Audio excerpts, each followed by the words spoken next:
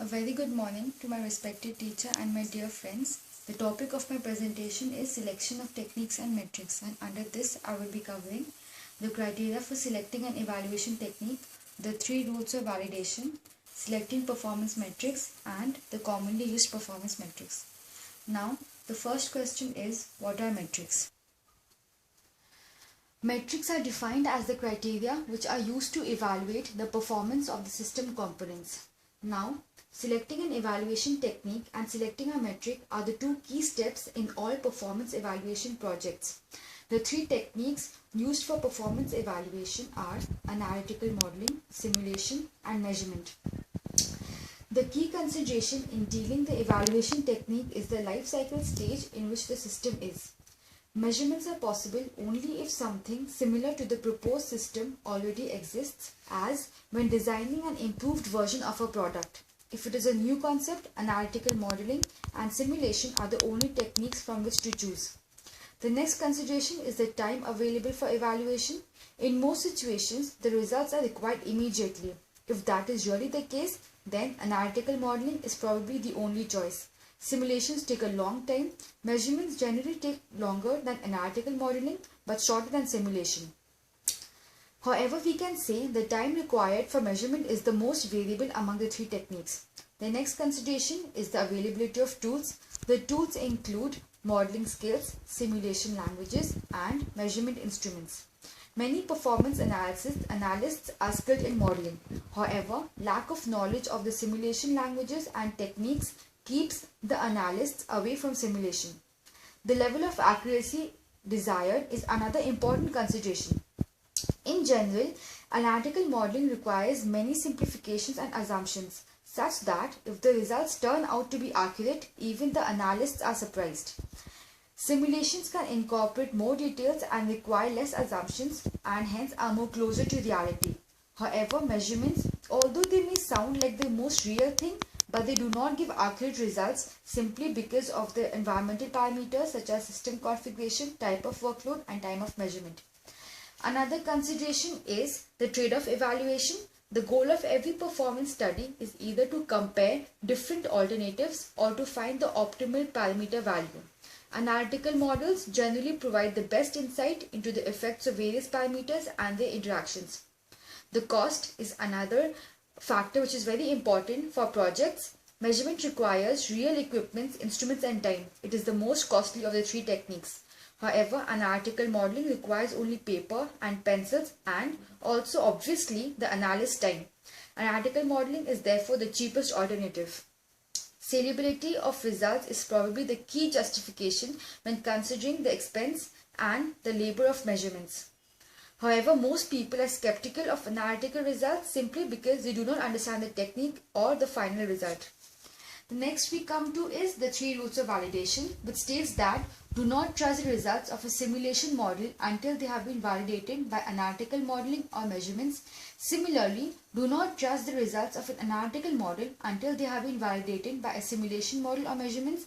And lastly, we should not trust the results of a measurement unless they have been validated by simulation or analytical modeling. Coming to the next topic, that is selecting performance metrics. Now, for each performance study, a set of performance criteria or metrics must be chosen. One way to prepare this set is to list the services offered by the system. For each service request made to the system, there are several possible outcomes. Generally, these outcomes can be classified into 3 categories. As you can see in the figure, that is, the system may perform the service correctly, incorrectly, or refuse to perform the service. If the system performs the service correctly, its performance is measured by the time taken to perform the service, the rate at which the service is performed, and that depends upon basically the resources consumed while performing the service. These 3 metrics related to time, rate, and resource for successful performance are also called responsiveness, productivity, and utilization metrics respectively. Now, the resource with the highest utilization is called the bottleneck. If the system performs the service incorrectly, an error is said to have occurred. If the system does not perform the service, it is said to be down, failed, or unavailable. The metrics associated with the 3 outcomes, namely successful service, error, and unavailability, are also called speed, reliability, and availability metrics. Now coming to the next topic, that is the commonly used performance metrics. These first is response time and reaction time. The response time is different. Now what is response time? Response time is defined as the interval between a user's request and the system response. We can also define response time as either the interval between the end of a request submission and the beginning of the corresponding response from the system, or as the interval between the end of a request submission and the end of the corresponding response from the system. Now, the second commonly used performance metrics, as I've said, is the reaction time. The reaction time is the time between submission of a request and the beginning of its execution by the system is called the reaction time. The other core performance metrics are the capacity, that is nominal capacity. It is defined as the maximum achievable throughput under ideal workload conditions. Knee capacity, that is low response time and high throughput. Nominal capacity is also called the bandwidth and is usually expressed in bits per second. And the third is the usable capacity, which is denoted by maximum throughput achievable without exceeding a pre-specified response time limit. Now, the other factors, as I've said before, are the turnaround time. That is the time between submission of a job and the completion of its output. For batch streams, the throughput is measured in jobs per second. For interactive systems, the throughput is measured in requests per second. And for CPUs, the throughput is measured in millions of instructions per second or millions of floating point operations per second. Other is the stretch factor. The response time of a system generally increases as the load on the system increases. The ratio of response time at a particular load to that at the minimum load is called the stretch factor, or the ratio of the response time with multiprogramming to that without multiprogramming is called the stretch factor. And throughput is defined as the rate, that is the request per unit time at which the request can be serviced.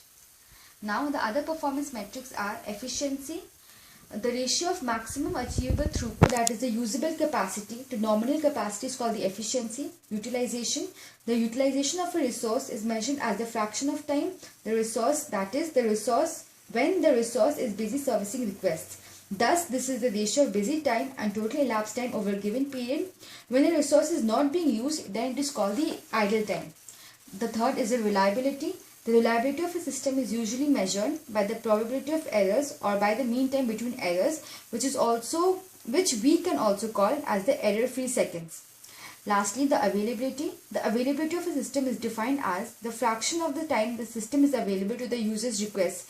Now, the time when the system is not available, that is called the downtime, and when it is available, it is called the uptime. And the mean uptime is known as the mean time to failure. Lastly, we can say that the cost by performance ratio is commonly used as a metric for comparing two or more systems.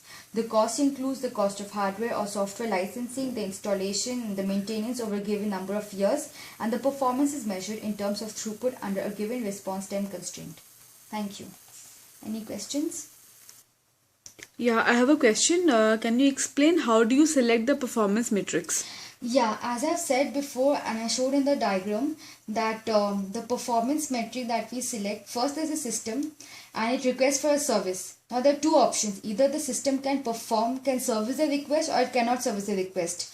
Even when it does service the request, it can either do it correctly or incorrectly, and if it cannot do, it results in an error. Now if it is servicing the request, if correctly, then we have three factors, that is the response time, the time when the user gives a request and gets an output, the throughput, that is the number of requests serviced per unit time, that is the fraction of time when the system is actually servicing the request. If the system services the request incorrectly, that is we get an error, then there are two factors, that is probability, that is the probability of occurrence of an error, and the time between the occurrence of two errors. And lastly, if the system cannot service the request, it results in an event K, that is the duration of the event when it cannot service the request and the successive time between two such events. Thank you.